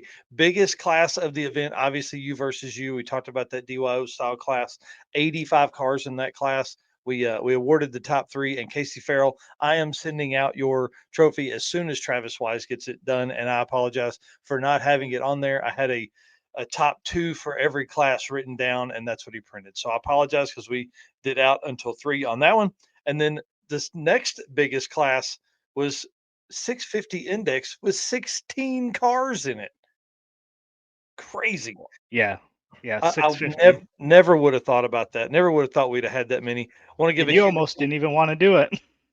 no, I really didn't. Those cars would have got in somewhere else, but man, dadgum, that's pretty awesome. Yeah. A few things just real quick. Last bit of numbers here. Total people fed at the Chicken Annie's pre-party, 205. Dude, that is awesome. It was really fun to I really feel like that is going to become a thing, whether I have to do it at other events or other events do it. The pre-party dinner was amazing. It really gave people a lot of like time to just sit and kind of get their bearings, get ready, get in the mode to get out there and do some drag and drive. So thank you so much to Chicken Annie's for letting us do that. When we walked in and Miss Donna or Miss Kim said we have 128 chairs in these two rooms, I was like, I hope we fill them up. We filled up those two rooms and two more rooms within the restaurant. What was really cool is they typically, I would think, probably have 40, 50 people through on the Thursday night that we were doing it on. And we brought another 200 in. And obviously, that was part of the package. You got free dinner and things like that. But all the people that were there for regular Thursday night dinner, they got a huge car show outside. I think we probably had 60 or 70 cars come through outside. So there were a lot of like regular people that were inside eating, and these cool cars just kept coming in and all that kind of fun. So it was really awesome to do that. Thank you so much to Chicken Annie's. If you are ever in Pittsburgh, go to Chicken Annie's Original. It doesn't matter. Take the hour, go there and eat Chicken Annie's Original. Follow them on Facebook. It was amazing. Yeah, I come sliding in at what time? It was about 8:30 when I got Yeah. there, and I just grabbed me a plate and sat down. I was so Yep. hungry. I Yep. devoured that in like a couple minutes. That's exactly right. Well, I know this picture isn't great on here because of my choice of color, but I'm going to fix that and then we'll post it up later. I've had several people ask for a list of the media teams, so I'm going to post this up on the circuit page shortly. If you're watching this or listening to this later, it is already up on the circuit Charity with Horsepower. This is our list of media teams that were on site. Of course, Chris Story Photo is our official photographer for the last 2 years and will be for as long as he will be. I'll say that because some of the shots that he has put up, we gave him an admin access, so a lot of the shots you're seeing are pics from Chris Story and Eric White, our boy, right down there, Mr. Awesome.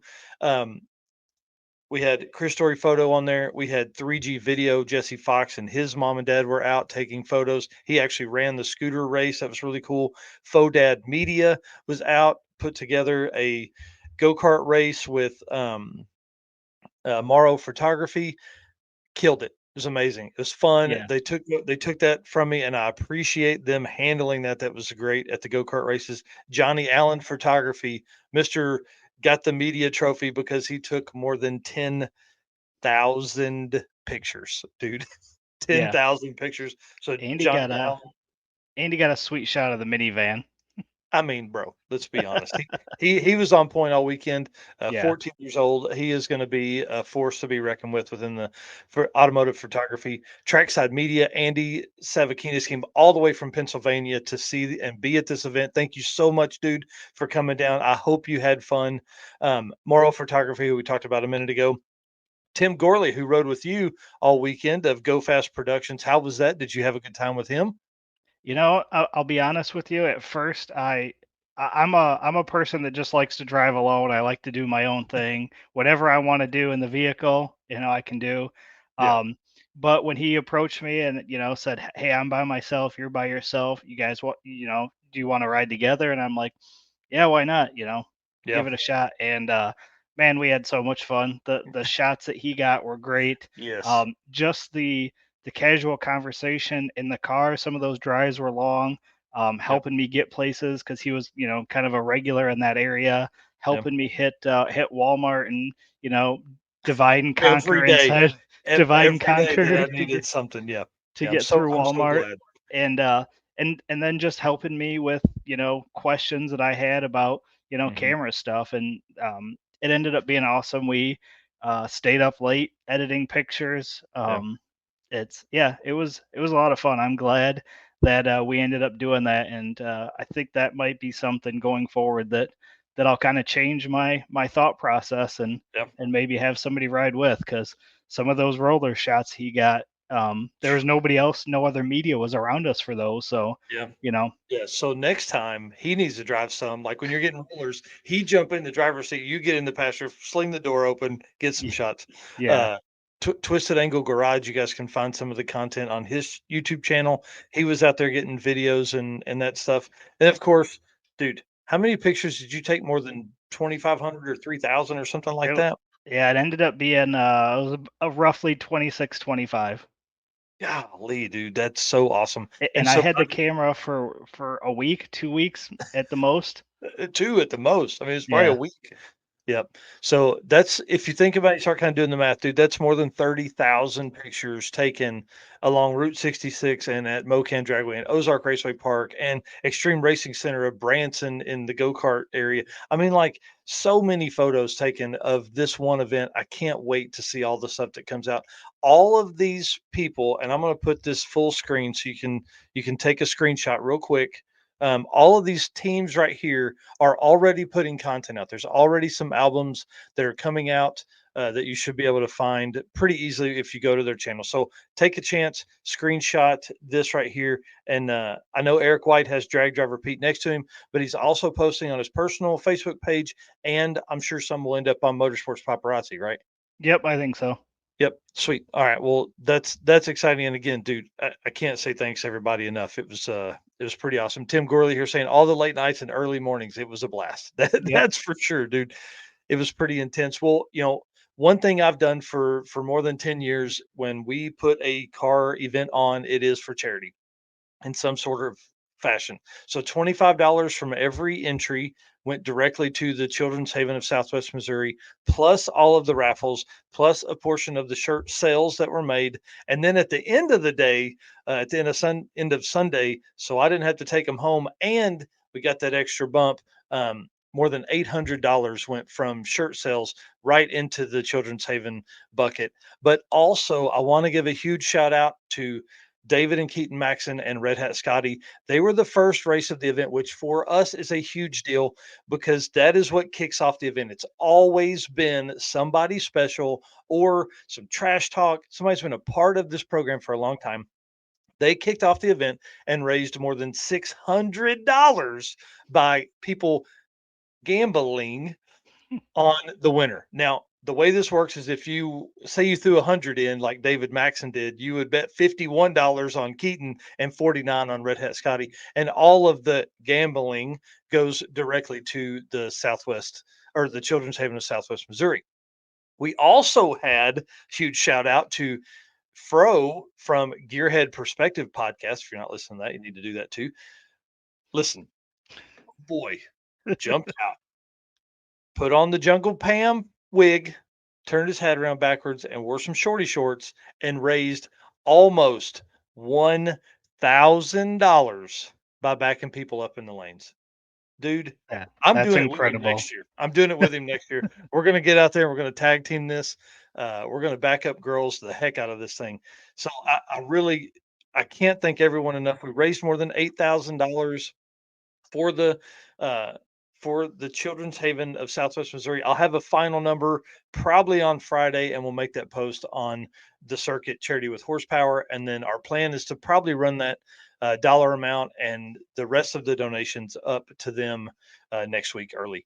Because that was the other thing too. We put out a needs list. Hey, do you want to bring anything for these? And we asked for diapers and pajamas and cleaning supplies. And And we got a literally, ton. Stephanie couldn't fit anything else in her car. There was so much stuff. So I have stuff in the trailer that would allow her to that. So she left it with me to bring up when we bring the money. Yeah, Crazy. I mean, completely filled her car. No more room in the trunk. No more room in the seats at all. With donations from that. So if you add that in, dude, we probably raised more than, I don't know, $9,000 worth of stuff. yeah, It warms my heart to think, and that's why I do that stuff for children, because I want kids to know that the car community gives a shit about them. I want right. them to know that, like, if they end up in a bad situation as a young adult or something like that, that you can end up with a cool car or show interest in a cool car, and that's a good way to generally get in with good people. Is for the car Exactly. community. So Route stops were crazy. We had a blast. Gearhead Curios. This is a shot from inside Gearhead Curios done by Chris Story. Several of these photos are by Chris Story because I described them from the Circuit Facebook page. And then right here, Johnny Allen grabbed the perfect shot outside of Jesse Mataferri in front of Gearhead Curios in the trucker. Super cool shot here. This route stop, I'm sad I missed. So I completely skipped this route All of stop them. to try and catch. Well, I did end up at Boots Court. Oh, Luckily, that's I ended right. up at Yep. Boots Court. Yep. But it was only by happen chance, really, that Rick and I ended up there because we were trying to we were trying to beat everybody to the Rail Haven and ended up on the same route as everybody else. So it worked out perfect. And then Boots Court, obviously, Carthage, Missouri. You were amazing. Jeremy and the team there did a great job. The facility was awesome. It came out with some amazing pictures from all of the photographers. There's some from Tim that you'll see that I actually took, Yeah. boy. I think you posted them already. Oh, perfect. Okay. Well, I'm going to have to look at them because, There are just a few photos he tagged yeah, of that just you took. that's great. Well, I hope that they ended up okay, and he didn't have to work on them too hard because I How didn't heavy know was that anything thing? about that. Dude, crazy. His camera's huge, and so I was just clicking, man. I didn't know what I was doing. I was just clicking. So, Boots Court, thank you so much for being awesome. And then, bro, Waffle House, come on now. Oh yeah, Waffle House was Waffle House amazing. was a good Um, time. Hang on. I think yes. Okay, let's go back to Railhaven because this was a little bit of a struggle for folks. Now, in the future, I will do better at writing the descriptions for the route stops. So I'm going to, literally say take a picture here because there were several people that did not get pictures here, even though it kind of said it in another part of the directions and a little bit of an argument there, but I'm going to do better. Promise. The Railhaven was so cool. We literally booked the entire place. There It were two was rooms that were somebody else, and I think those people had a good time too. it was awesome. The only thing I missed was getting to check out the Elvis suite. Yeah, I yeah, we completely forgot about that. Yep, missed that one too. By the time we got there, it was late. And yes, Tim says I posted them on your page. Thanks, dude. Do you know how many notifications I've gotten in the last week being a Uh, part of the probably pages? just probably just a couple. Yeah. So I thought this was a really good shot here. And of course, if you're staying in Springfield, I highly recommend the Rail Haven. The staff was great. The rooms are super cool. And I mean, this is a historical spot along Route 66. And the Boots Court is actually the second oldest motel on Route 66 and only has 13 rooms. How cool is that? All right. And then let's flip back. The Waffle House stop, bro. Waffle House, I love you. I love you. I love Billy Nichols, who made this all happen with Waffle House, y'all. So we show up that morning, we go back. Eric and I and Tim and Rick are eating in the thing, and Billy comes over and was like, "Hey, I know Driven Racing Oil gave $250, and we initially said we'd give 100, but they matched Waffle House matched the 250, so the first $500 of meals were completely paid for. Nobody had to pay for anything, which was awesome because we just got up and left. Yeah. I was so late. So I'm sure they got that taken care of, but that's really amazing for them. I mean, that's got to at least feed, 10 or 12 people right out of the gate. Well, not So only that, then they paid to show up the early. they gave us the Yep. cards and everything to hand out as well. Yep. Tons of And then discounts, tons of and free then hash they browns. Yep. and then they posted on the circuit page that they were going to give 10% to anybody that came back for dinner that night. And I know the next morning, as we were coming back through town, we seen Jesse Mataferri back there again for breakfast the next morning. That's awesome. That's awesome. Well, again, I can't thank Waffle House enough. I hope this kind of parlays into something bigger with Waffle House. Y'all know I love it. I talk about it all the time. I would love to introduce more people to Waffle House along my trips across the country. That is always something that makes that's a restaurant that I eat at every trip I take. Yeah, and we painted their road outside of the Waffle House. Yeah, we helped recover it for sure. There are a lot of great shots from that as well. Yes. We went from Waffle House to Ozark Raceway Park. Want to give a shout out to them. The track itself, the lanes were great. We had some struggles there. I've already alerted 666 of the struggles we had. I'm sure Tom can get those handled by then. But other than that, dude, they commented how well everyone was and how smooth everything went, which for you and I was absolutely not smooth. We were running around like chickens with our head cut off. We struggled quite a bit with the live stream and the cameras and plugins and all that kind of stuff. Um, that will be better in the future as well. And then the speed mini says if Mike doesn't have a black Waffle House card before 2025, there will be blood. I would love to have some kind of Waffle House certificate that I could just keep sending in my invoices. Anyways, Ozark Raceway Park, super cool setup. Love the feel of that track, love the vibe of that track, and the team was great to us. I mean, they took care of us monetarily. They had a good time. We had more than 150 spectators on site, which was lighter than I wanted, but again, Saturday racing, when you don't, spectators don't seem to come out for drag and drive as much as they should. So we're going to work on that for 2025 as well. But Ozark was a great track. If you're anywhere near it, I definitely high praise. Lots of parking too. There was plenty of Yeah. room. It seemed like. Yep. And good stuff. And then obviously we went from Ozark Raceway Park to Extreme Racing Center in Branson and go-kart raced. And y'all, my shoulders may still be a little sore. Yeah, you and I duked it out Doing for a the- little bit, and there's Yeah. a video that was posted. I don't know if you saw the video. Uh-uh. I forget who posted it. Somebody just posted it. I saw it today, and it was some clips from the go karts, and it's got you and I coming down the hill Oh, that's together. probably So Sharma Hardy was up that, there. yep, that's who Yep. it was. Yeah, and I'm telling you, if somebody didn't get me laughing over the sound of the go-kart engine, I'll be surprised. I was having a blast, man. Yeah. That's really, I'm telling you, that's what I needed, dude. Because there was some pretty stressful points by that time, and I was about at my limit, low sleep, Oh stressed, yeah. trying to make sure everybody had a good time, and I The needed that. drive. It was fun. Yeah, the drive was great. Yep. Lots of, driving through the Ozarks, and I'm with you. I did my lap through the parking lot. I took photos of cars and the hotel, and then I went back to the room.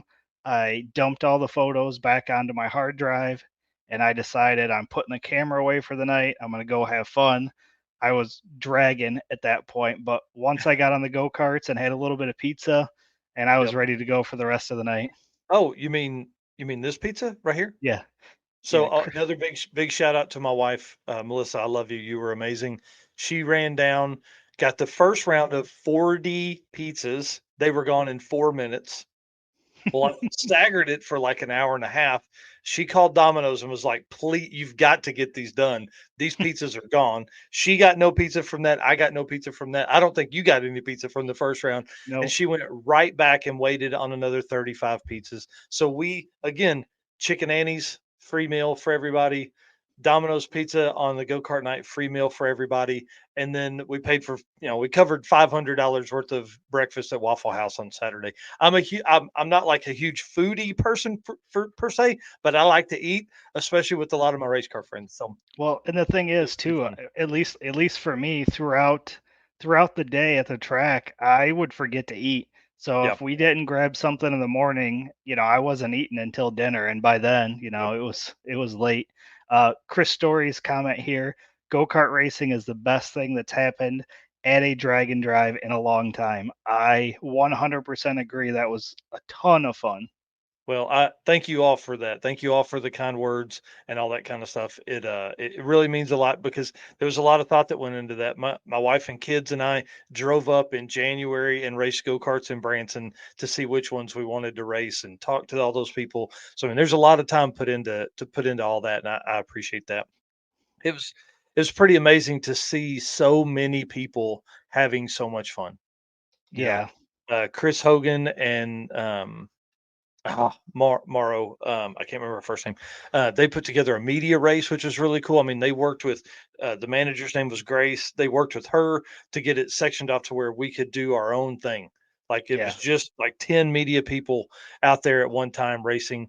So that was pretty neat to handle that. I want to say thank you to them for doing that as well. The go-kart racing is definitely going to stay.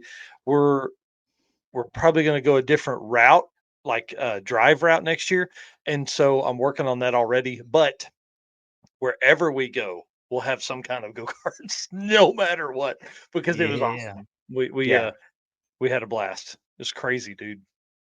Yep. It was So so much fun. That was I great. saw I think everybody had fun. We were there until after 10 o'clock. 'Cause I yeah. think I don't think we started the last race until like 5 after 10. Yep. Yep. And then I saw Danny Fatka ask earlier about the person who went over the wall. They won the Piston Cup from Pat Cook, who brought that up. That he won it because he wasn't trying to do anything crazy. But when I was at the front of the line talking to everybody, and then all the go karts shut off and people take off running. Yeah. And I panicked, obviously. I'm like, "Oh, man, somebody has flipped one over." And so went down there and he had just ran it up on the on the fence or border or whatever you wanna call that. He was trying to bounce off of it to get the cart to go backwards enough so he could turn, and it just went bloop right up on top. So pretty cool. The staff freaked out, but something easy, nobody was hurt or anything like that. And then Chris Story said better than drinking in the ballrooms. That's for sure. Yeah. I do want to give credit to Tom Bailey for that because we went to the go karts at PRI, and I had been thinking obviously about doing go karts because that's pretty fun stuff for adult men. And but when we raced at his event for the sick carts or whatever it was at PRI, that sealed it, dude. I mean, we had to Yeah. find a go kart place. Yeah, the sick cart chaos. Yeah, yeah, that was a good time. So huge shout out to Sick the Mag. All right, let's talk about some. See, we went through all that. We stopped at Gary's Gatorita fueling station on the way back from there. Dang, I didn't grab pictures of that, so we'll take these off here. Put us back like I've this. probably got some, but Yeah, I was gonna say you can find those all on the circuit page, and then we'll also be sharing that over to Drag Driver Pete as well. And then we stopped at the Route 66 drive-in. I don't know who had the best shot of that, but I want to say it was probably Jay Blanchard getting a shot of Brian Acton's Nova up against. He was on the ground getting that low upward shot. Looked super cool on his phone. I haven't seen it on Facebook yet, but I'm sure it's up there. Fast Act Racing. So make sure you find that. And then the I just feel like the shots from there and Gary's were amazing. yeah. And Lots not of even history at those two places.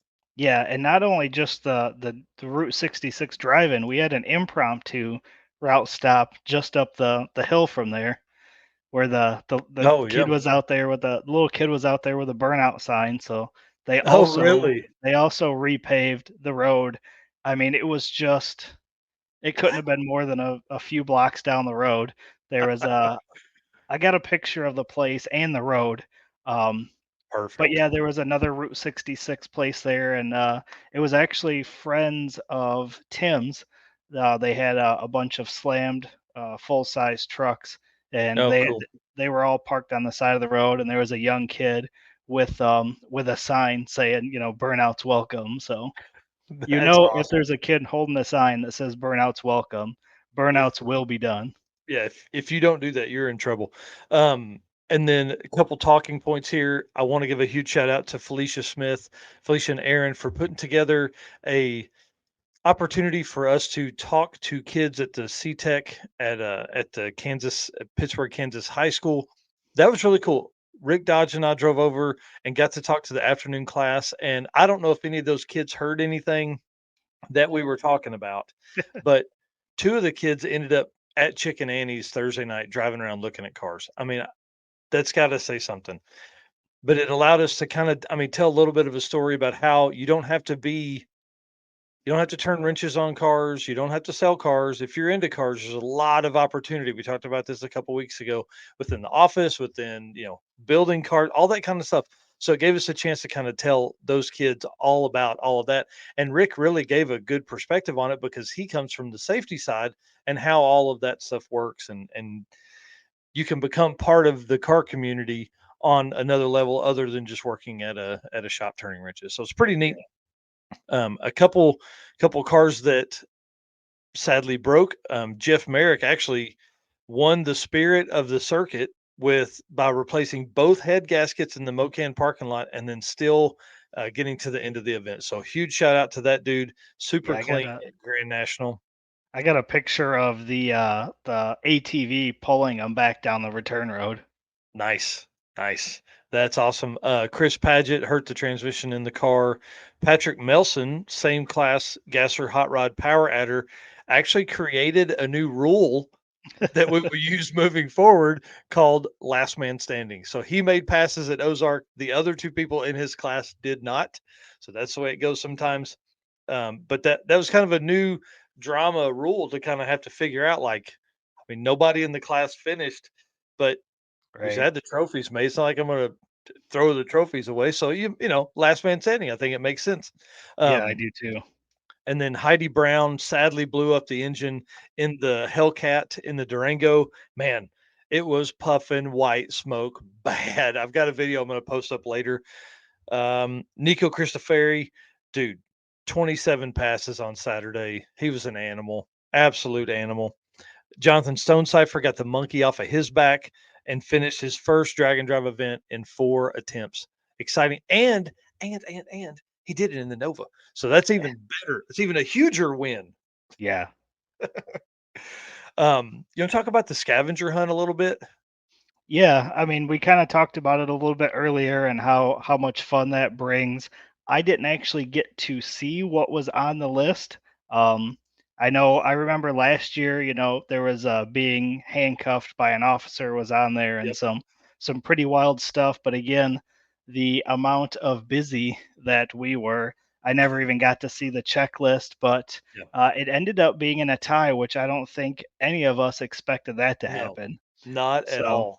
So Not at Brandy all. and Aaron Roberts and Danny and Josh Odom both scored 800 points. Yeah. So like I said, I didn't see the points. You probably know what the values were, but Yep. I would take a guess that it took a lot of things to get to 800 points. So Yeah, there was probably, I would say, at least 30 or 40 on there that they had to do. And the cool thing is they did different stuff. So that yeah, was the other thing, was like, oh man, how many times did they overlap? So it's really fun is I have all of that, have all of those pages. And so I'm going to let my 14-year-old daughter Peyton, who ran the live stream, huge shout out to her too. I'm going to let her go through there and check mark which ones were used and which ones were not at all by all the teams. I think we had like 15 teams compete in it. And we're going to continue to refine this thing, man. We're going to continue to make this thing either harder or better. I don't know. Well, maybe yeah, both. I don't know. So it yeah. was I think really it's a fun. lot. Yeah, I think it's a lot of fun, and I think it's a great idea. So I'm glad Yeah. to see that we could keep doing it. Aaron here says I got to see things I didn't know could happen. Yeah, like the video of the leapfrog. It was really cool. He was telling the story because he had to actually hold the phone in his mouth to do the leapfrog over Brandy. So it's really funny. We're kind of running short on time, but we'll talk about a couple class winners, and then we're going to dive into this kind of deep on Saturday on the next edition of the Drag Driver Pete News. But Brian Acton and Jay Blanchard repeat their win of Street Race Power Adder with an 8.5272 average. So they will be on the apparel again for 2025. That'll be 2 years in a row that car is going to be on the apparel and all the artwork. So that's kind of neat. Yeah, that's What's awesome. really cool about this is they get free entry into Heads Up Hustle, which Which happens. is John Paul Franks, that's his event in right in their neck of the woods yes, in Michigan. July. Sorry, bro. I had a brain freeze for a minute there. So they get free entry into that. And then they are also free entry into the circuit 2025 because they are the quickest quarter mile car at the circuit event. The one thing I will say, we ran obviously quarter mile at Mocan, and then we ran eighth mile at Ozark. And so Brian and Jay struggled a little bit early on, especially on day one, early at Ozark, because the calculator I was using was 1.545. So that meant they need to run a 550 eighth mile when they're used to running like a 535 or 538 eighth mile to get in there and end up in the 850 time frame. If we ever go back to a eighth mile track, or we ever go we're not ever going to go all eighth mile. But if we ever go back to an eighth mile track for one of the days, we're going to, obviously move that around. We'll probably follow like the NHRA guidelines where it's 850 is a 535 limit. So we'll just do something like that. That makes it very easy. Everybody's already tuning for that pretty close number, so it makes it easier on that side. The next class I want to give a shout out to is obviously John Paul Franks. Came down. He wanted to compete last year, entered and everything, and couldn't get the car together in time. Came down with a backup engine this time in all motor small block and just dominated, running Yeah. almost a full half second quicker on each pass that was submitted between him and Bob Coding, which is really cool. Fox body, obviously small block Ford. He ran the mid nines and then almost, like 60091 in the eighth. Yeah. Crazy. We got tons of good photos of that too. Yeah. Yeah. So that's kind of fun. We're going to post those up. And obviously, the John Paul was nice enough to give the quickest quarter mile car and quickest eighth mile car free passes to Heads Up Hustle. So Jim Parkinson gets free entry into Heads Up Hustle as well because he was our unlimited winner with a 520 something average. Hold on just a second. And Jim Parkinson owns so he'll be the other one that'll be on the Tomb by t-shirt. JP. Yeah, Yep. he'll be the other one on the shirt with Brian. Yep, and he ended up with a 52008 average. So pretty intense. Had several 5-second cars on the property. We had excuse me, Jim low 520s, ran a 5119 as his second pass at Ozark. Then in 275 class had Eric Kuhn, who everybody knows from Rocky Mountain Race Week, had a 517 and then a 5148 as his last pass at Mocan. And then in 235, huge shout out to Brad Long, mid fives all weekend, 556, 554, and a 538. His best passes of the weekend on a 235 tire. Nice. Yeah, pretty awesome. Chris Story just said day 3 album is up. Yes. I just looked. It looks like there is like 320 photos. Wow. Bring it on. Thank you, Chris. We appreciate that so much. And if you guys didn't know, Chris has held back a few of the photos because Eric and I are going to write Luke has asked for like a 2,000 word article for presentation in the SICK the magazine next issue that we'll print. So we appreciate them showing the coverage from that, and we'll send as many pictures as they will take. We'll send them to them of all the stuff. So expect a lot of pictures to come in there, and good luck to them figuring out which ones to use because the photographers that were here were amazing, and obviously we're using a lot of Eric's stuff. Couple more things. I want to give another shout out to John Doherty. He won the all motor big block with a total time. We did this because we had two different times. I wasn't going to do the math on eighth mile to quarter mile of a 45.940 time. We had Malachi Fox win the stick shift class with a 49.581 total time. True Radial, we had Sean Slaybaugh win with a 41.970 total time on a hard tire, 10.17 quarter mile time and 6:38 as an eighth mile time. Oh no, dude, sorry. Sean actually ran a 9:23 for the first pass he turned in on Sunday. Nice. Absolutely Nice. great. That's fast on a hard tire, dude. Yeah. Again, shout out to Patrick Melson for making it further than anybody else in his class.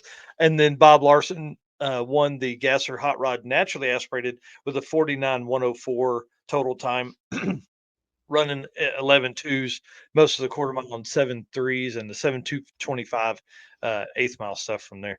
And again, that car was just so cool too. Oh, the Prospector, I love it. Yeah. And then the U versus U class, absolutely crazy. We talked about this going into the racing on Sunday. 16 cars had a 0.0 spread of some kind. Yeah. 16 cars. Now we didn't end up with that many. We only ended up with 3 by the end of the day because obviously times change between Friday and Sunday in the quarter mile. And we used the Redwood Rally style of rules on this, which I felt were really good. I need to do a better job of explaining how all of that works, I guess, because you can't turn in a faster time and your time slip on Friday set your ET? Well, we used all 4 digits on your time slip for your 8th mile, and that really kind of got some folks. So there are a lot of 20s when you're looking on the circuitdnd.com at the 2024 results. You'll see a lot of 20s on there, and that's because people were turning times in quicker than their 8th mile or quarter mile times that they had turned in Friday. So that was really cool from the Redwood Rally perspective. It made it very easy because in 2023, when we did the DYO or U versus use, what we call it, we were asking people to set their own dial in. Well, that became an absolute nightmare trying to do Yeah. that. So this way, the Redwood Rally way, made it much easier to do for my wife to input times because all she needed was the time slip. She didn't care what you said. She cared about what the time slip said, and it made it very easy to input that stuff. And then I just run a simple formula off of that to keep up with the times and the spread and all that stuff. Real quick, I want to give a shout out to Shelby Ware's first ever drag and drive event and wins it with a 0.0379 spread across, one pass on Friday, 2 passes on Saturday, 2 passes on Sunday. So 5 passes total. Yep. And then Sean Larson, Abby Larson's husband, Abby Larson, who took second place in the 650 index. Sean ran, his total spread was 0.0839. And then our 2023 champion, Casey Farrell, with a 0.0988 spread. Pretty awesome. Yeah, it was fun watching her watch Nico, seeing Yeah. how many passes he was making. Yeah. They were typically the last couple people to finish up at the track. Yep, and she made 34 passes last year in 2 days and made 31 passes this year in 3 days. So her package really tight on all of that stuff. So congratulations to all the winners. Again, you can find that. I've built out a page on the circuitdnd.com that shows a picture of the winner and then link to those classes, each class, and then from in that link you can go look at other classes. So as you plan to, come out 2025, which we're already working on, you can see what you need to run for what class and all that kind of stuff. Yep. Yeah.